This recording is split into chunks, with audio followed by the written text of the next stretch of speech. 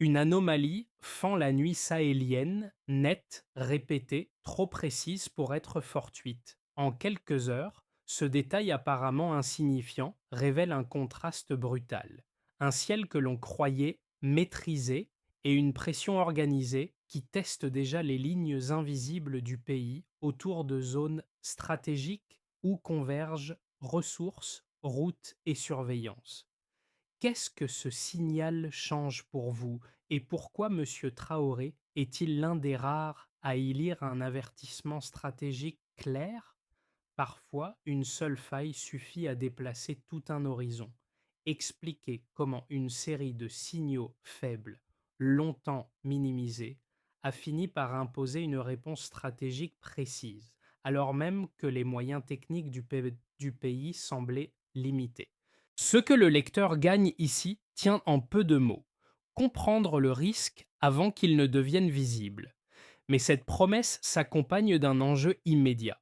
Lorsqu'un État ne perçoit plus correctement ce qui traverse son espace aérien, il ne perd pas seulement une capacité technique, il fragilise sa souveraineté, sa crédibilité et sa marge de décision. Chaque omission, chaque retard d'interprétation peut devenir une faille exploitable. Derrière les premières interférences jugées inoffensives se cache un danger plus profond, la possibilité qu'une menace diffuse s'installe sans provoquer d'alerte franche, jusqu'à redessiner silencieusement le rapport de force. Comprendre ce mécanisme n'est pas un exercice abstrait. Il conditionne la manière dont un pays anticipe, s'adapte et évite d'être placé devant un fait accompli. Ce qui va suivre montre comment une vigilance patiente peut transformer une vulnérabilité en levier stratégique, avant que le silence ne devienne irréversible. 6 signaux anormaux relevés sur une même trajectoire nocturne, parfaitement alignés. Ce chiffre suffit à rompre l'illusion du hasard. À partir de cet instant, l'hypothèse d'un simple bruit parasite ne tenait plus. Ces anomalies, d'abord dispersées dans les rapports techniques, prirent sens lorsqu'on les mit en série. Les relevés provenant des avant-postes du nord et du centre présentaient des variations identiques, comme si une logique invisible traçait des couloirs précis dans le ciel burkinabé. Pour monsieur Traoré, cette convergence joua un rôle décisif. Elle confirmait qu'il ne s'agissait pas d'un phénomène naturel, mais d'un test délibéré de réactivité. Le rythme, la durée et la répétition des signaux suggéraient une intention claire, encore opaque, mais impossible à ignorer. Le contexte rendait cette découverte d'autant plus sensible. Le Burkina Faso évoluait depuis longtemps dans un environnement où la surveillance aérienne reposait sur des systèmes vieillissants, adaptés par nécessité plutôt que par choix. Cette contrainte avait imposé une culture de l'observation patiente. Chaque détail comptait, car aucun filet technologique sophistiqué ne permettait de rattraper une erreur d'attention. Dans ce cadre, des signaux faibles pouvaient passer inaperçus pendant des semaines jusqu'à ce qu'un motif cohérent émerge. Un micro-cas illustre ce basculement. Dans le secteur de Kaya, un opérateur nota 3 soirs consécutifs une variation lumineuse identique, toujours entre les mêmes collines, à vitesse constante. Sa première alerte fut classée sans suite. La répétition, en revanche, transforma son observation en indice solide.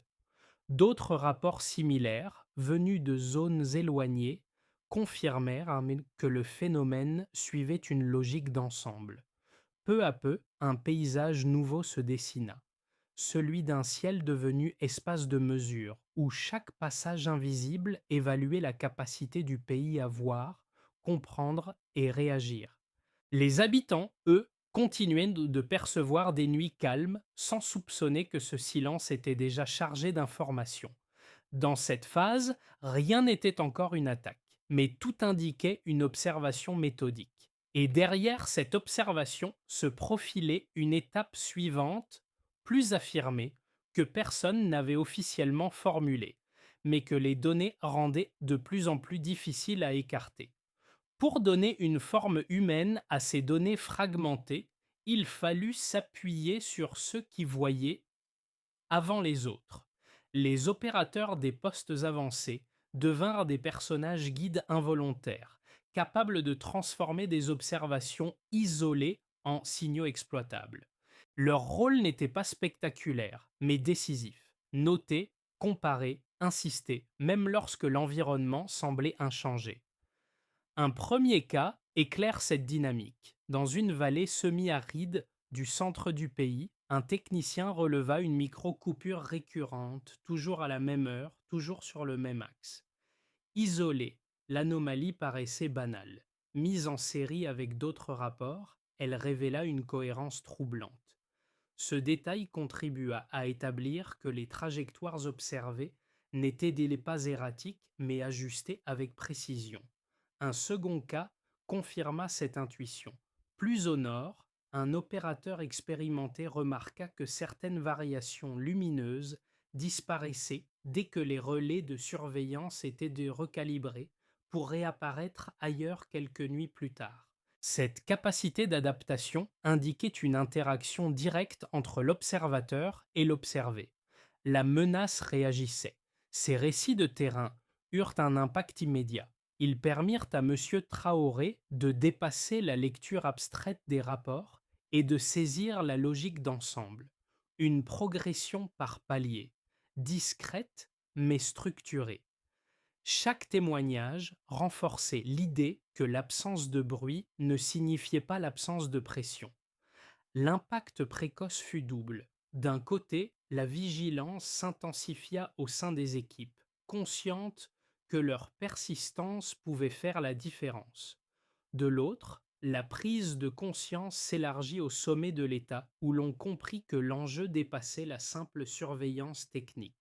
Ignorer un détail aujourd'hui, c'est accepter une contrainte demain.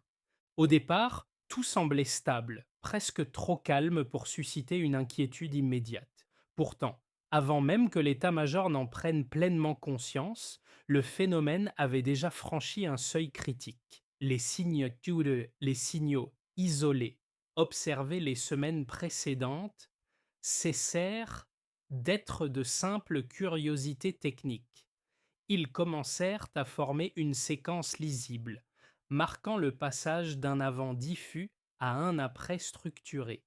C'est cette transition silencieuse qui déclencha l'activation réelle du dispositif burkinabé. L'élément déclencheur survint lors d'une nuit où les conditions naturelles rendaient toute détection plus incertaine. Un opérateur, habitué aux perturbations mineures, nota une variation brusque de fréquence. Le signal apparaissait, disparaissait, puis revenait exactement sur le même axe. Cette répétition éliminait l'hypothèse de l'accident. Dans les heures qui suivirent, des rapports similaires affluèrent depuis plusieurs secteurs. Les volumes doublèrent, des lumières faibles furent signalées près de zones frontalières, toujours avec la même régularité. Monsieur Traoré reçut ces données en continu. À mesure que les informations se superposaient, une certitude s'imposa. Le ciel n'était plus neutre, il était activement sondé. Le point culminant fut atteint lorsqu'une séquence inédite fut détectée peu après minuit. Un objet inconnu traversa 3 zones distinctes en moins de 4 minutes, en dehors de tout couloir aérien répertorié. Les radars, pourtant récemment ajustés, peinèrent à suivre sa trajectoire. Cette difficulté révéla la nature du test en cours. L'intrusion évaluait les nouvelles capacités de détection, cherchant à en identifier les limites. Quelques heures plus tard, un second appareil apparut, cette fois à une altitude plus basse, comme pour contourner les seuils récemment modifiés. L'intention devenait explicite. La phase exploratoire touchait à sa fin. Les répliques furent immédiates. Les équipes techniques, conscientes de leurs désavantages technologiques, choisirent l'adaptation plutôt que la confrontation directe. Sous l'impulsion de Monsieur Traoré, les relais de surveillance furent réorganisés. les postes isolés interconnectés et les données fusionnées en temps quasi réel. Cette réorganisation transforma une mosaïque fragile en un réseau continu, capable de couvrir l'essentiel du territoire. Lorsque trois signatures identiques furent à peine captées dans un intervalle inférieur à 10 minutes, la simultanéité dissipa les derniers doutes. Il ne s'agissait plus d'un test isolé, mais d'une opération coordonnée visant plusieurs points sensibles. À cet instant, la dynamique bascula. Le pays comprit que l'enjeu ne se jouait plus dans l'anticipation lointaine, mais dans la capacité à encaisser un choc imminent. La chaîne des événements, désormais complète, ne laissait plus de place à l'attentisme. Pendant près de 3 semaines, les trajectoires détectées évoluaient autour d'une altitude stable proche de 1900 mètres. Ce seuil n'était pas arbitraire. Ils plaçaient les appareils assez haut pour échapper au radar classique, mais suffisamment bas pour rester visibles sur des capteurs recalibrés. Cette stabilité constituait le baseline opérationnel, un niveau choisi pour tester la vigilance sans provoquer d'alerte frontale. Explication: 11 mots. Une altitude constante réduit le risque de détection tout en collectant des données. Le premier delta apparut brutalement lorsqu'un appareil descendit à environ 1500 mètres, rompant la régularité observée jusque-là. Cette baisse altimétrique, en apparence modeste, modifia profondément l'équation. À cette hauteur, la marge d'erreur se resserre et chaque déplacement devient plus exposé à une détection rapide. Les analystes comprirent que l'intrus cherchait à contourner la nouvelle grille de surveillance mise en place quelques jours auparavant. Il ne s'agissait plus d'un simple survol exploratoire, mais d'une tentative d'imposer un nouveau rapport de force en jouant avec les seuils ajustés. Explication: 10 mots. Descendre accroît la visibilité mais permet de contourner des seuils. Le troisième indicateur chiffré concerna la vitesse, longtemps homogène autour de 400 km/h. Cette cadence correspondait à des drones tactiques longue portée programmés pour la régularité. L'apparition d'un appareil plus lent, mais à vitesse variable, révéla une adaptation en temps réel. Une telle irrégularité indique généralement une supervision humaine directe, ajustant la trajectoire pour éviter les verrouillages radars. Pour M. Traoré, ce point fut déterminant. Il confirmait que les incursions n'étaient pas automatisées, mais pilotées, réactives aux réponses burkinabées. Explication: 12 mots. Une vitesse variable trahit un pilotage actif face aux réponses locales. Ces trois mesures, altitude stable, chute marquée, variation de vitesse, dessinèrent une courbe d'évolution claire. Elles montraient un adversaire qui observait, testait, puis adaptait ses paramètres en fonction des ajustements nationaux. Les chiffres n'étaient plus de simples données techniques, ils devenaient des indicateurs d'intention. Chaque delta signalait un rapprochement, une pression accrue, une tentative d'évaluer jusqu'où le Burkina Faso pouvait aller sans rompre. La réponse s'organisa autour de ces repères quantifiés. Les ingénieurs recalibrèrent les fenêtres de détection en intégrant les variations observées. Les seuils d'alerte furent abaissés pour que toute anomalie, même marginale, déclenche une vérification immédiate. Les opérateurs, de leur côté, développèrent avec des grilles de lecture rapide capables de distinguer en quelques secondes un phénomène naturel d'une intrusion calculée. Le changement le plus décisif resta collectif. En synchronisant les observations du nord au sud, les signaux faibles cessèrent d'être isolés. Ils devinrent les pièces d'un tableau unique. Cette bascule transforma la posture du pays. D'une défense hésitante, il passa à une surveillance active, continue, disciplinée. Monsieur Traoré, en suivant la progression des deltas, comprit que l'attaque n'était plus une hypothèse abstraite. Les chiffres parlaient d'eux-mêmes. Ils indiquaient qu'attendre davantage reviendrait à subir. À partir de ce moment, la question n'était plus de savoir si la pression existait, mais comment y répondre sans perdre l'initiative. Face à l'escalade silencieuse observée dans le ciel burkinabé, deux interprétations solides s'affrontèrent au sein des cercles d'analyse. La première, résolument confiante, avançait que la neutralisation future des intrusions restait à portée.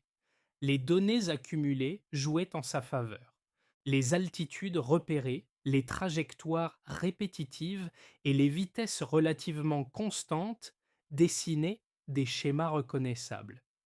Pour ses défenseurs, le fait que des systèmes vieillissants guidaient déjà permis d'identifier ces régularités prouvait l'efficacité d'une défense adaptative. Un réseau synchronisé, même imparfait, pouvait anticiper les prochaines incursions en exploitant les préférences observées, mêmes zones, mêmes horaires, mêmes axes d'approche. Dans cette lecture, l'adversaire révélait involontairement ses habitudes, offrant au pays une fenêtre d'apprentissage précieuse. La seconde lecture se voulait plus prudente, voire critique. Elle rappelait que les appareils détectés jusque-là pouvaient ne représenter qu'une phase d'essai. Rien ne garantissait que des drones plus rapides, plus furtifs ou mieux protégés n'étaient pas en réserve. Les ajustements observés, baisse d'altitude, variation de vitesse, pouvaient être interprétés non comme des signes de vulnérabilité, mais comme des tests limités menés avec des moyens volontairement restreints. Selon cette analyse, une véritable offensive pourrait mobiliser des technologies capables de saturer ou de contourner les défenses actuelles, rendant l'avantage acquis fragile. La défense burkinabé, aussi ingénieuse soit-elle, resterait exposée face à une montée en gamme brutale. Pour départager ces deux positions, les analystes revinrent aux faits les plus concrets. Les données brutes montraient une interaction constante entre les intrusions et les réponses locales. Chaque recalibrage entraînait une adaptation adverse. Cette dynamique révélait une dépendance mutuelle. L'adversaire devait observer, tester et ajuster en fonction de la grille de surveillance existante. Cette nécessité limitait sa liberté d'action. Même un système plus avancé aurait besoin de phases d'exploration, donc de temps et de répétition, pour opérer efficacement. Ainsi, la synthèse s'imposa progressivement. Le Burkina Faso ne pouvait prétendre à une invulnérabilité totale, mais il avait démontré qu'une défense intelligente pouvait perturber une technologie supérieure. L'enjeu n'était pas de gagner définitivement, mais de compliquer suffisamment le jeu adverse pour préserver une marge d'initiative. Lorsque les trois signatures rapprochées furent détectées presque simultanément, la situation changea de nature. Jusqu'alors, les incursions pouvaient encore être lues comme une succession de tests dispersés. Cette synchronisation nette brisa cette hypothèse. Elle indiquait une capacité de coordination et surtout une volonté de mesurer la réaction du pays face à une pression multiple. Pour Monsieur Traoré, ce moment marqua une frontière mentale. La phase d'observation prenait fin, celle de la confrontation latente commençait. L'élément décisif ne résidait pas seulement dans le nombre, mais dans la géographie des trajectoires. Les convergences observées entouraient plusieurs zones stratégiques déjà identifiées dans les rapports précédents. Ce recoupement confirma que les vols ne cherchaient plus uniquement à cartographier les capacités de détection, mais à tester la cohérence de la réponse nationale lorsqu'elle était sollicitée sur plusieurs points à la fois. Le ciel cessait d'être un simple espace surveillé. Il devenait un terrain où se jouait un rapport de force discret. Cette révélation modifia la lecture de tout ce qui précédait. Les signaux faibles, les variations d'altitude, les ajustements de vitesse prenaient désormais sens comme les étapes préparatoires d'un scénario plus large. Ce qui semblait fragmenté apparaissait soudain comme une répétition générale. Non pas une attaque ouverte, mais une mise en condition. À partir de ce seuil, l'enjeu ne se limitait plus à détecter.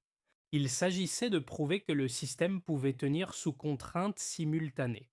La question n'était plus si la pression existait, mais jusqu'où elle pouvait aller sans réponse coordonnée. Les effets de cette révélation ne restèrent pas cantonnés aux salles d'analyse. Ils se déployèrent rapidement dans 4 sphères distinctes, chacune touchée à sa manière par la transformation du ciel burkinabé en espace contesté. La pression, jusque-là abstraite, commença à produire des conséquences mesurables. Pour l'État, la première secousse fut organisationnelle. La synchronisation des trajectoires révéla que la chaîne décisionnelle existante risquait d'être trop lente face à des sollicitations simultanées. Les délais entre détection, validation et réaction devinrent un enjeu critique. Sous l'impulsion de M. Traoré, la coordination fut recentrée autour d'un noyau plus restreint afin de limiter les distorsions d'information. Cette rationalisation améliora la réactivité, mais mit aussi en lumière une fragilité persistante: la dépendance à des infrastructures techniques vieillissantes, dont chaque ajustement demandait un effort humain accru. Les entreprises, en particulier celles liées au secteur extractif et logistique, ressentirent rapidement l'impact indirect de cette pression aérienne. Les zones survolées correspondaient souvent à des couloirs d'approvisionnement ou à des périmètres sensibles. Des opérateurs signalèrent des perturbations discrètes dans leur communication interne et une multiplication des protocoles de sécurité. Sans provoquer d'arrêt brutal, ces ajustements modifièrent la perception du risque. Les investisseurs, attentifs à la stabilité opérationnelle, intégrèrent ces signaux dans leurs évaluations, rendant l'environnement économique plus prudent, plus attentiste. Du côté des populations, l'effet fut plus diffus, mais tout aussi réel. Dans les zones rurales proches des trajectoires suspectes, certains habitants évoquèrent des lueurs nocturnes inhabituelles, perçues comme des signes d'une présence invisible. Ces récits, transmis de village en village, nourrirent une inquiétude sourde. Le ciel, autrefois synonyme de calme, devenait porteur d'incertitude. Les autorités durent alors ajuster leur communication, non pour alarmer, mais pour expliquer, afin d'éviter que le silence ne se transforme en rumeur incontrôlée. À l'échelle régionale, enfin, les conséquences dépassèrent les frontières nationales. Les trajectoires analysées suggéraient des corridors aériens qui ne s'arrêtaient pas aux limites du Burkina Faso. Les États voisins du Sahel comprirent que ces mouvements n'étaient pas isolés, mais s'inscrivaient dans une dynamique plus large. Cette prise de conscience encouragea des échanges prudents sur la surveillance et la sécurité, esquissant les bases d'une coopération encore fragile, mais désormais nécessaire. Réunies, ces 4 conséquences dressaient un constat sans ambiguïté: l'incursion n'était plus un épisode technique. Elle redéfinissait la manière dont l'État s'organise, dont les entreprises évaluent le risque, dont les populations perçoivent leur sécurité et dont la région envisage sa souveraineté aérienne. La pression extérieure cessait d'être ponctuelle. Elle devenait un facteur structurant appelé à peser durablement sur les choix collectifs. À partir des données accumulées et des réponses déjà mises en place, 3 trajectoires distinctes se dessinent pour les mois à venir. Elles ne relèvent pas de la spéculation gratuite, mais prolongent logiquement les dynamiques observées, chacune mettant en lumière une manière différente de gérer la pression sans la nier. Dans le scénario de base, le Burkina Faso poursuit la consolidation progressive de son réseau de surveillance. Les ajustements réalisés après les premières convergences deviennent des routines. Les seuils d'alerte restent dynamiques, les échanges entre postes avancés se fluidifient et la pression extérieure persiste sans franchir un seuil d'escalade ouverte. Les intrusions continuent à tester les marges, mais se heurtent à une capacité d'adaptation suffisante pour éviter la surprise. Dans cette trajectoire, le pays gagne en stabilité relative, tout en demeurant conscient de ses limites techniques. Si rien ne se détériore brutalement, cette option prolonge l'équilibre fragile déjà atteint. Le scénario optimiste suppose une évolution régionale. Les États voisins, confrontés à des indices d'immigration similaires, décident de partager certaines informations non sensibles.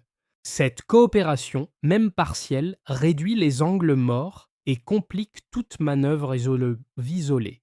Le Burkina Faso bénéficierait alors d'un effet de réseau renforçant sa souveraineté sans dépendre d'un saut technologique immédiat.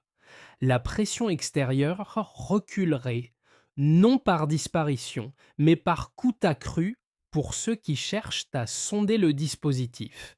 Si cette coordination se confirme, elle pourrait stabiliser durablement l'espace aérien concerné. Le scénario le plus contraignant repose sur une montée en gamme adverse. Des appareils plus discrets, plus rapides ou mieux coordonnés entreraient en jeu. La défense resterait active, mais ses marges se réduiraient. Les équipes devraient absorber une tension continue avec un risque accru de saturation des capacités humaines. Dans cette configuration, la pression deviendrait structurelle, forçant le pays à arbitrer entre vigilance permanente et priorité interne. Si cette escalade se produit, la résilience serait mise à l'épreuve sur la durée.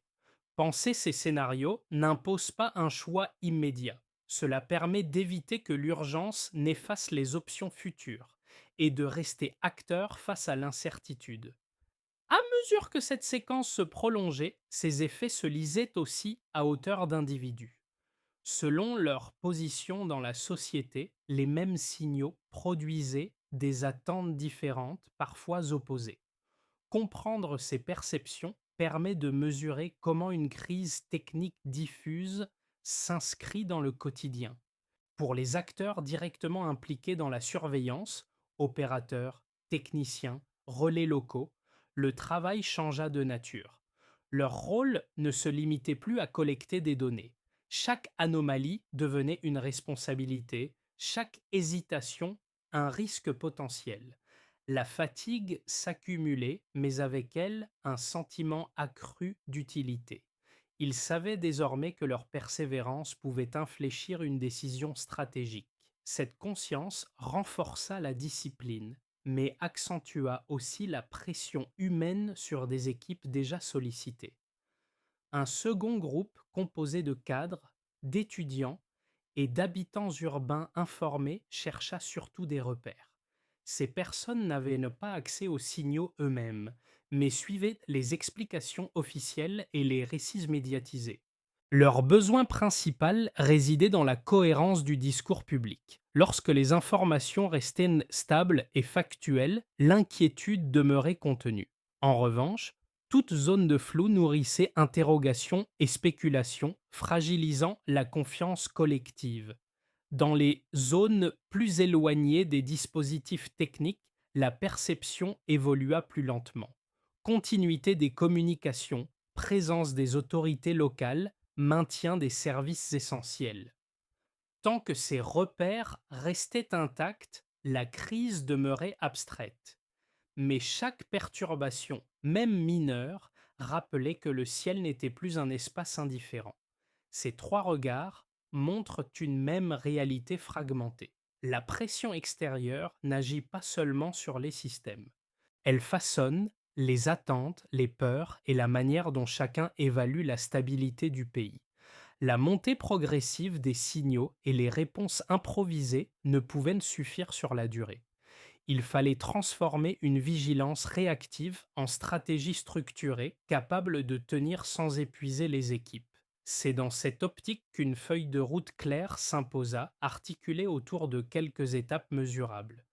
Pour Monsieur Traoré, l'enjeu n'était pas d'accumuler des décisions spectaculaires, mais d'installer une méthode stable, lisible et reproductible. La première étape consista à créer un centre de fusion des données. L'objectif était simple, rassembler en un point unique l'ensemble des flux issus des postes avancés. Cette centralisation réduisait le temps entre détection et interprétation, limitant les pertes d'informations. Le critère de succès se mesurait en minutes gagnées sur la chaîne décisionnelle. La deuxième étape porta sur le recalibrage progressif des radars. En intégrant les deltas observés, variations d'altitude et de vitesse, les équipes élargirent les plages de sensibilité sans provoquer de saturation. Ici, l'efficacité se mesurait par la capacité à détecter plus finement tout en maintenant un taux de faux positif acceptable. La troisième étape concerna les procédures humaines. Les postes avancés adoptèrent des formats de signalement standardisés. Chaque anomalie devait être décrite selon des critères identiques, facilitant les comparaisons interrégionales. La réussite se lisait dans la cohérence croissante des rapports et la disparition des interprétations contradictoires. Enfin, une quatrième étape ouvrit la voie à une coopération prudente avec les pays voisins. Le partage de données non sensibles visait à réduire les angles morts transfrontaliers. Le progrès se mesurait par l'augmentation des zones couvertes simultanément. Ensemble, ces étapes transformaient une succession d'alertes en architecture durable. Elle ne garantissait pas l'absence de pression, mais offrait au pays une capacité à y répondre sans perdre l'initiative. Lorsque l'on revient au premier rapport, venu des postes avancés, tout semble presque dérisoire. Une lueur répétée entre deux collines, une micro-coupure notée à la même heure, un détail consigné par habitude plus que par conviction. C'est pourtant à partir de ces fragments que s'est construite la réponse du pays. Les hommes et femmes du terrain, déjà évoqués plus tôt, n'étaient ni stratèges ni décideurs. Ils étaient simplement attentifs, obstinés, refusant de considérer qu'un signal pouvait être insignifiant par défaut. Avec le recul, cette attention patiente apparaît comme le véritable pivot. Elle a permis de transformer une suite d'observations isolées en un récit cohérent, puis en une posture stratégique assumée. Monsieur Traoré, en s'appuyant sur ses remontées discrètes, a compris que la souveraineté ne se décrète pas uniquement par des moyens techniques, mais par une capacité collective à regarder longtemps, sans céder à la routine. Le pays n'en est pas sorti invulnérable, mais il en est sorti plus lucide. Les collines, les relais, les couloirs aériens modestes ont changé de valeur symbolique. Ils racontent désormais une lutte silencieuse où la vigilance compte autant que la puissance. Une certitude s'est imposée. Ce qui est vu à temps peut encore être maîtrisé. Cette séquence ne se referme pas sur une victoire nette ni sur une menace dissipée. Elle laisse plutôt une image durable, celle d'un pays qui apprend à lire ce qui passe trop vite, trop haut, trop silencieusement. L'histoire qui suit ne parle pas seulement de capteurs, de trajectoires ou de protocoles. Il parle d'attention collective, de la capacité à transformer des indices discrets en décisions partagées. À ce titre, il dépasse largement le cadre technique qui l'a fait naître. Pour celles et ceux qui suivent ces événements, le rôle n'est ni héroïque ni spectaculaire. Il consiste d'abord à comprendre, à distinguer le fait de la rumeur, à accepter que certaines menaces ne prennent forme qu'à travers des détails. Cette compréhension nourrit un espace public plus solide où les choix stratégiques peuvent être discutés sans être caricaturés. Elle permet aussi de soutenir, par le regard et l'analyse, ceux qui travaillent dans l'ombre. La vigilance n'est pas réservée aux spécialistes. Elle commence par une question simple. Que dit un signal que l'on n'écoute pas? En prêtant attention à ces récits, chacun prolonge un effort collectif discret mais essentiel. La question reste ouverte, désormais entre vos mains. Quels signes autour de vous méritent d'être regardés autrement?